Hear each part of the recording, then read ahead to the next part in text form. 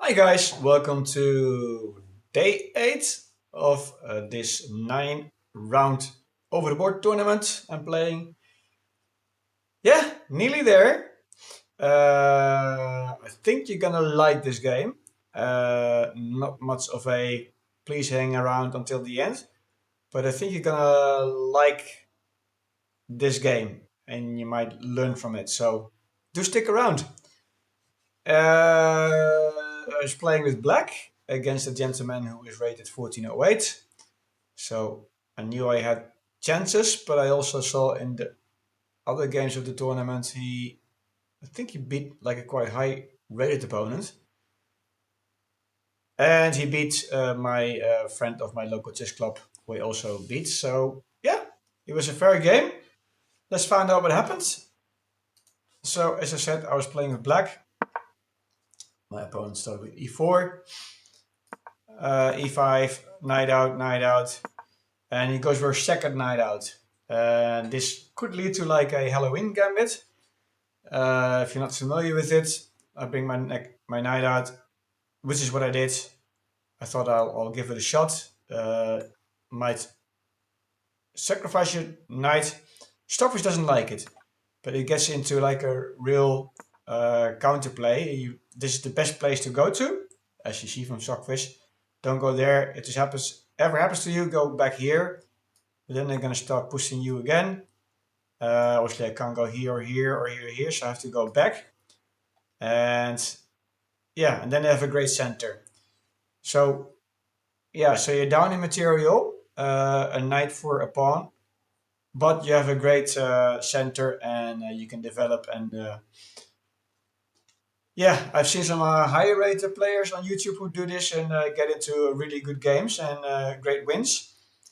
So I was a little bit worried about that, but I thought like I think I was guessing at his level, if he goes for it, oh excuse me, uh, doubtfully he knows his line. I mean, at this level where I am at, I would never ever try this. It's too risky.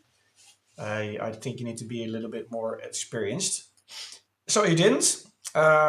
This is a book move, but in this position, I know that if I obviously don't want to bring my bishop out here.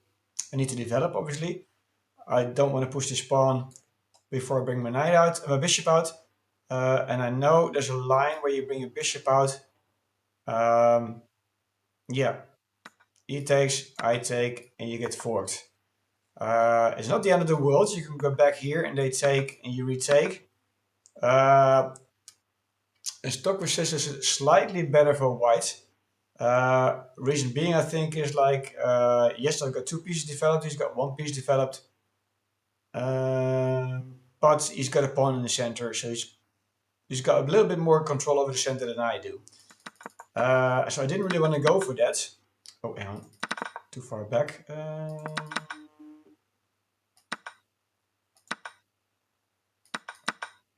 Yeah. So this is a line where you need to be careful of, and two knights out to bring a bishop out to this square. And obviously he took away this square, because otherwise I'm going to pin the knight. Well, not actually pin it, but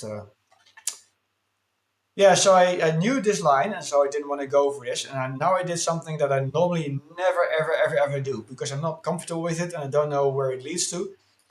But I bring my second pawn to d4, d5. Because I thought this came to me like, go for d5.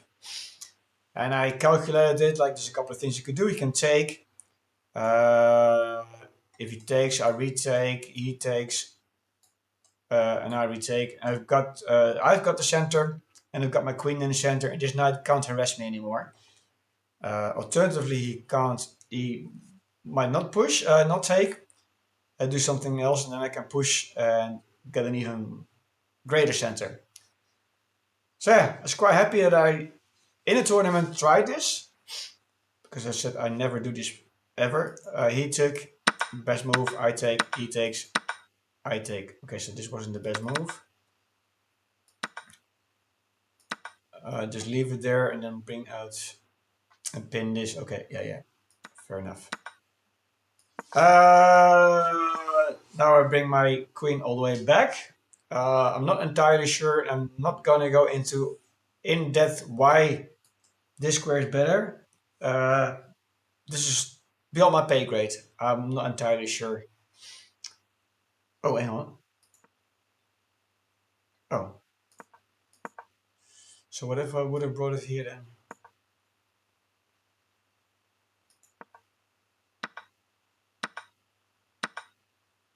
Yeah, whatever.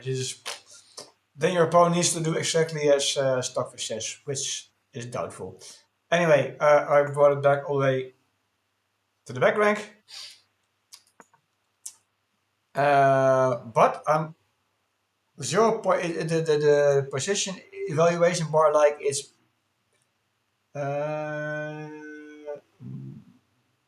black is half a point better. The evaluation bar says like how someone is better than the other. It's think it's to do with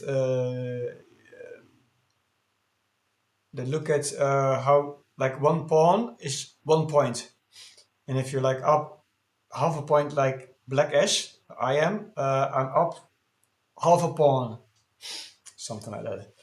Anyway, so he yeah.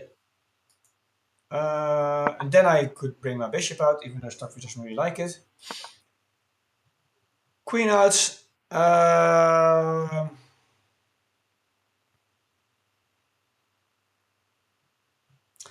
I could see why he did this, but I can't remember why. So let's just not. Yeah, castle. Okay. Yeah. Mm, I did consider going for a pin already. Mm,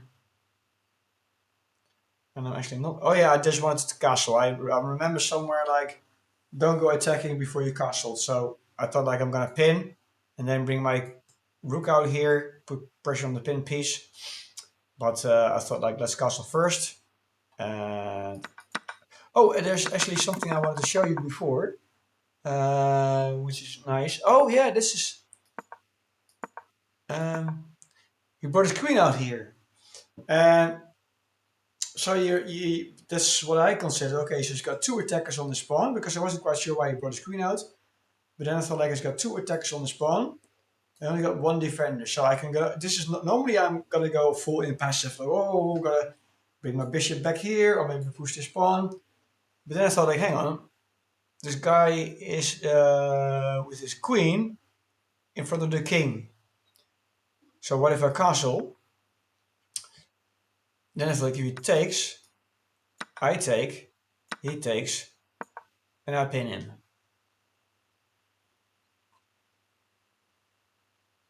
So that's what I thought. Like, but he saw it, so he traded bishops. And bear with me for a second.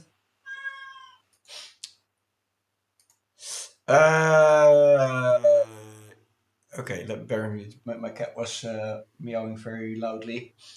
My cat is 17 and a half years old and getting a bit deaf and demented, so I always want to make sure that she knows where I'm at. So you might still hear in the background. Let's bear. Okay, so I brought my. Oh yeah, then I've put another defender on this pawn. He castled, which I was really surprised about, even though Stockfish thinks it's good. Excellent even, but I thought like, oh, well, this is really, really tricky with all these pawns already up here. So I was really happy to see this. And I felt like, yeah, I'm gonna need to find out a way to make advantage of this. Pin the knight, bring it back, push again, bring it back, and then I kind of thinking like, okay, maybe I made a wrong judgment, because he can start pushing his pawns, and I need to push this pawn or this pawn, and he's already castled this side long, and he's got an attack coming to my king. But didn't go for it. He wanted to lock up the center. Stockfish he doesn't even like pushing the pawns. Yeah, and then I thought like I wanted to go in for a full attack with these pawns because I'm castled the other way. and make advantage of this fact that these pawns are really awkwardly placed, and maybe like open the things up, open the position up, and come in with my rooks and my queen. So, but I thought like if I wanna move that way, I'm gonna have to leave this pawn undefended. And also I thought like let's get rid of one of the defenders. Okay, so okay, yeah, I'm not gonna go into all that into that. But then he brought back his queen, and then I started pushing.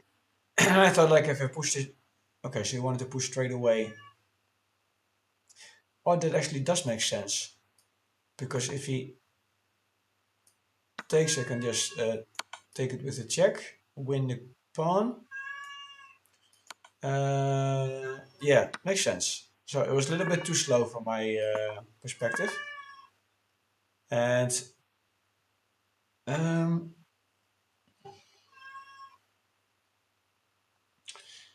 yeah, okay, so yeah, but you see, this position is like we're material wise is equal, but I'm up one pawn, 1 point only. It's plus, is -1 for white. It's always seen from the perspective of white. The evaluation bar is -1 for white.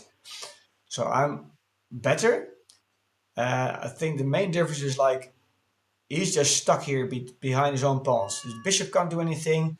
Pawn is never going to go anywhere. The queen can't really go anywhere. The rooks are stuck, and I'm like all developed and attacking. So I really like my position because normally I'm the one who's a little bit cramped and defending. So I was really happy with myself, regardless of where this game was going. So and then my opponent saw all the ideas I had. So he responded to it quite nicely, I thought, even though Stoffel doesn't really like this.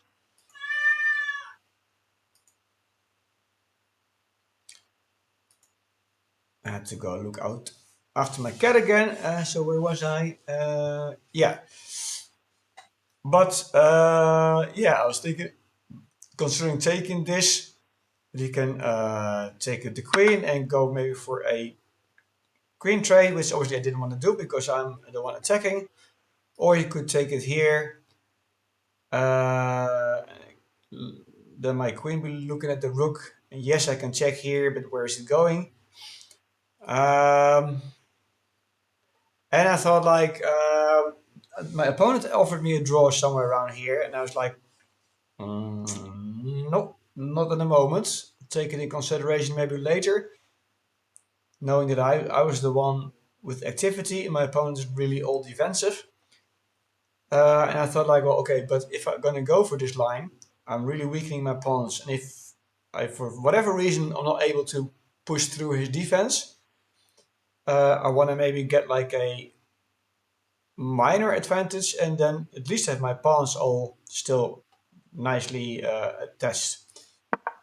So I push this pawn. Stockfish doesn't really like it. Even though it's not the worst move in the world.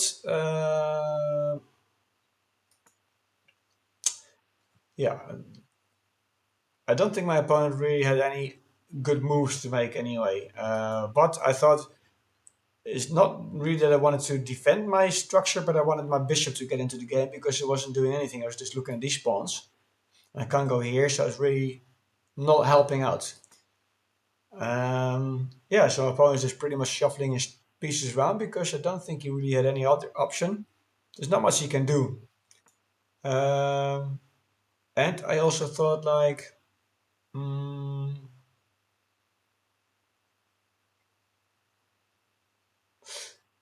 I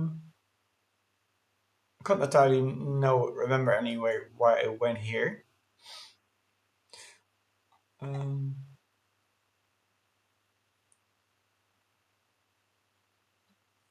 oh, oh, I wanted to trade of these. Wanted to trade of these pawns, but can't remember. Can't remember. It was really a tense game. Yeah, and to be honest, I mean, this is just. I'm not even entirely sure if this is the way it went. It must have been. Um And for whatever reason, I thought his bishop was protecting his pawn. So, but I could have just taken it. But I didn't, because I thought like the bishop is protecting his pawn. And maybe that's what he thought also. So I stepped away rather than taking it. And then I'm going in for this threat. Going here. Like if he doesn't do anything, I'm going to bring up my queen here and then my bishop here. And then you can check here, and he needs to go here and then check here and win a pawn, and then you can promote you've got pass pawns.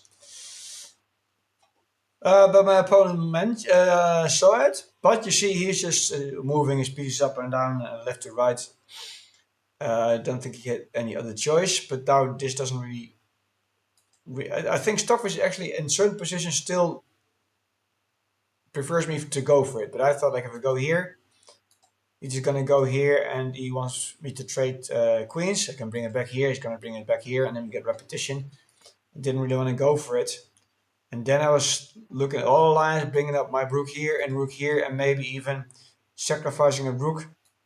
But no, that wouldn't have worked. But I was just trying to find ways to get through, because he's under attack, but his defense is pretty good. I'm up 2 point. It's minus 2.2 for white, so black is 2.2 up. 2.2. But I think in the words of Nelson from Chess Files is like, where is the... No, actually it's Tushar, Sadistic Tushi. Where is the knockout punch? Sometimes you know you're winning, but where is the knockout punch? And I couldn't find the knockout punch. So I knew I just had to be patient and just keep developing my pieces and squeeze my opponent. So that's what I did. I'm just going to go quickly through it. Here I thought like I had a line of sacrificing my bishop. If you take, I can take this with a check, and I want a rook for a bishop. But he noticed, so I brought it back. He brings his queen back, and we're just shuffling pieces around. This gave me the opportunity to push these pawns, because this was a bit of a weak pawn. And if you decide to take the risk, you could go down here and maybe try to get my pawns, or at least make me put my attack on hold by going here with my rook to defend it. But this gave me the opportunity. Oh yeah, he's just, yeah. I felt a bit sorry for the guy, because he's just shuffling his pieces up and down, left to right, up and down. And I'm just getting into a better and better position. I mean, I'm 3.3.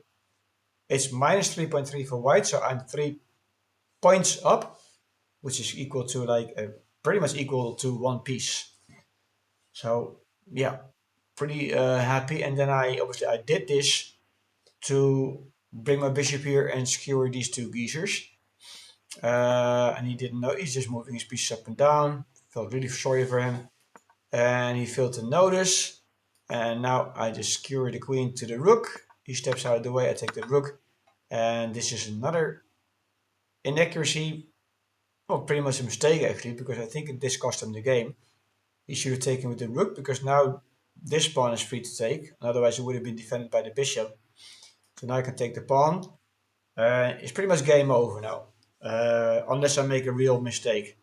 He obviously needs to take the rook, because otherwise he's gonna lose it.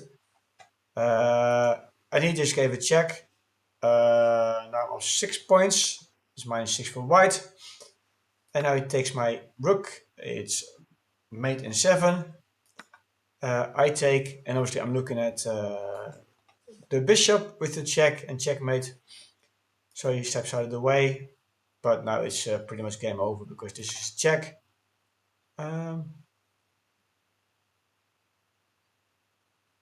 Would that have been quicker?